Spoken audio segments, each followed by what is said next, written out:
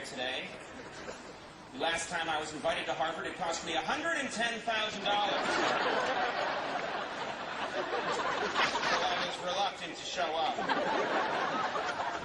I'm going to start before I really begin by announcing my one goal this afternoon. I want to be half as funny as tomorrow's commencement speaker, moral philosopher, and economist Amartya Sen.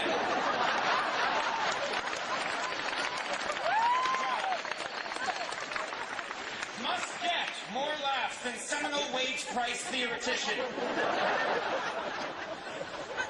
By the way, enjoy that. Bring a calculator. It's going to be a nerd fest.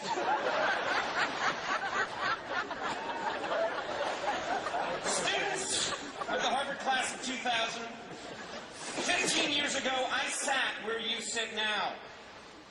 And I thought exactly what you are now thinking. What's going to happen to me? Will I find my place in the world? Am I really graduating a virgin? Still have 24 hours. Roommate's mom very hot. Swear she's checking me out.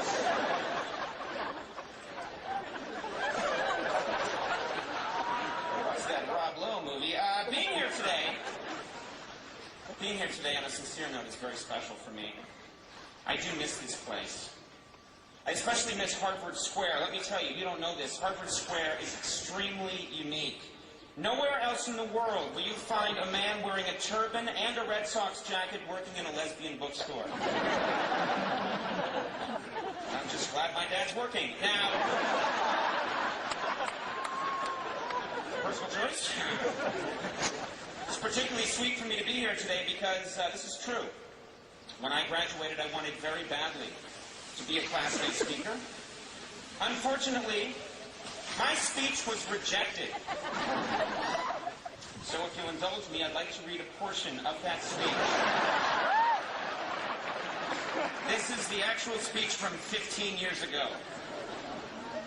Fellow students, as we sit here today listening to that classic Aha tune, which will definitely stand the test of time, I would like to make several predictions about what the future will hold. I believe that one day a simple governor from a small southern state will rise to the highest office in the land. He will lack political skill, but will lead on the sheer strength of his moral authority. I believe that justice will prevail, and one day the Berlin Wall will crumble, uniting East and West Berlin forever under communist rule.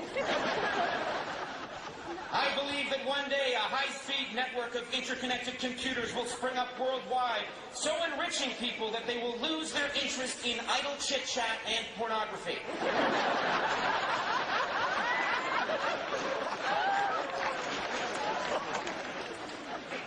And finally, I believe that one day I will have a television show on a major network seen by millions of people a night, which I will use to reenact crimes and help catch at-large criminals. And I had a section on the death of Wall Street. You don't need to hear about that.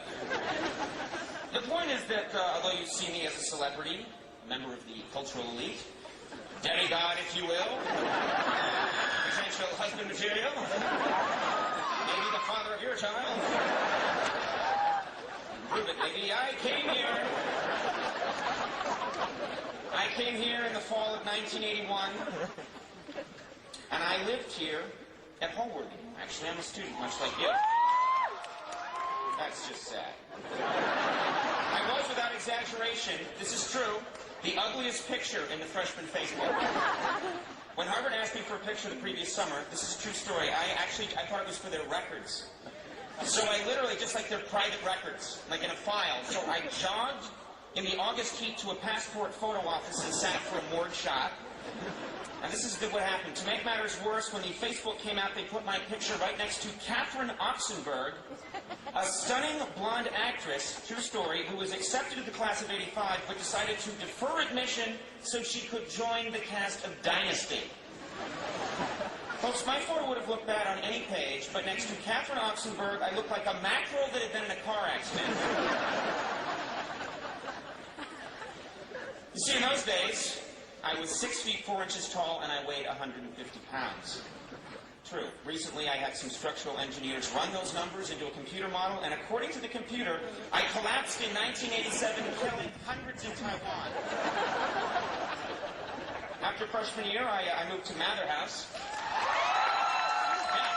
Mather House, very popular. Yeah, Mather House, incidentally, was designed by the same firm that built Hitler's bunker.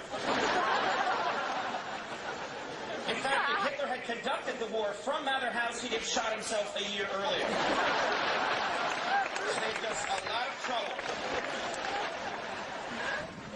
All the woo-woo people from Mather House are a little bummed now. Oh, no! He's a mean man! 1985 seems like a long time ago now. When I had my class day, you students would have been 7 years old. 7 years old. Do you realize what that means? Back then, I could have beaten any of you in a fight. And I mean really badly. Like, no contest at all. Like, if anyone here has a time machine, seriously, I will kick your 7-year-old butt right now. A lot has happened in 15 years, though. When you think about it, we come from completely different worlds. When I graduated in 1985, we watched movies starring Tom Cruise and listened to music by Madonna. I come from a time when we huddled around our TV sets and watched The Cosby Show on NBC, never imagining that there would one day be a show called Cosby on CBS. In 1985, we drove cars with driver's side airbags. But if you told us that one day there'd be passenger side airbags, we'd have burned you for witchcraft. Of course, I think there is some common ground between us. I remember well the great uncertainty of this day, the anxiety. Many of you are justifiably nervous about leaving the safe, comfortable world of Harvard Yard and hurling yourself headlong into the cold, harsh world of Harvard grad school, a plum job at your father's firm, or a year abroad with a gold Amex card, then a plum job at your father's firm. But let me assure you that the knowledge you've gained here at Harvard is a precious gift that will never leave you. Take it from me. Your education is yours to keep forever. Why, many of you have read The Merchant of Florence, and that will inspire you when you travel to the island of Spain. Your knowledge of that problem they had with those people in Russia or that guy in South America, you know, the guy, will be with you for the rest of your life. There's also sadness today, feeling of loss that you're leaving Harvard forever. Let me assure you that you never really leave Harvard. The Harvard Fundraising Committee will be on your knees until the day you die. I know for a fact that right now a member of the Alumni Association is at the Mount Auburn Cemetery shaking down the corpse of Henry Adams. They heard he has a brass toe ring and they aims to get it. Now imagine, no offense, buddy, but you got a lot of nerve. These people just raised $2.5 billion, and they only got through the B's in the alumni directory. Here's basically how it works. Your phone rings, usually after a big meal when you're sort of tired and most vulnerable. And a voice asks you for money. Now, knowing you've read in the paper that they just raised $2.5 billion, you ask, what do you need it for? Then there's a long pause, and the voice on the other end of the line says, we don't need it. We just want it.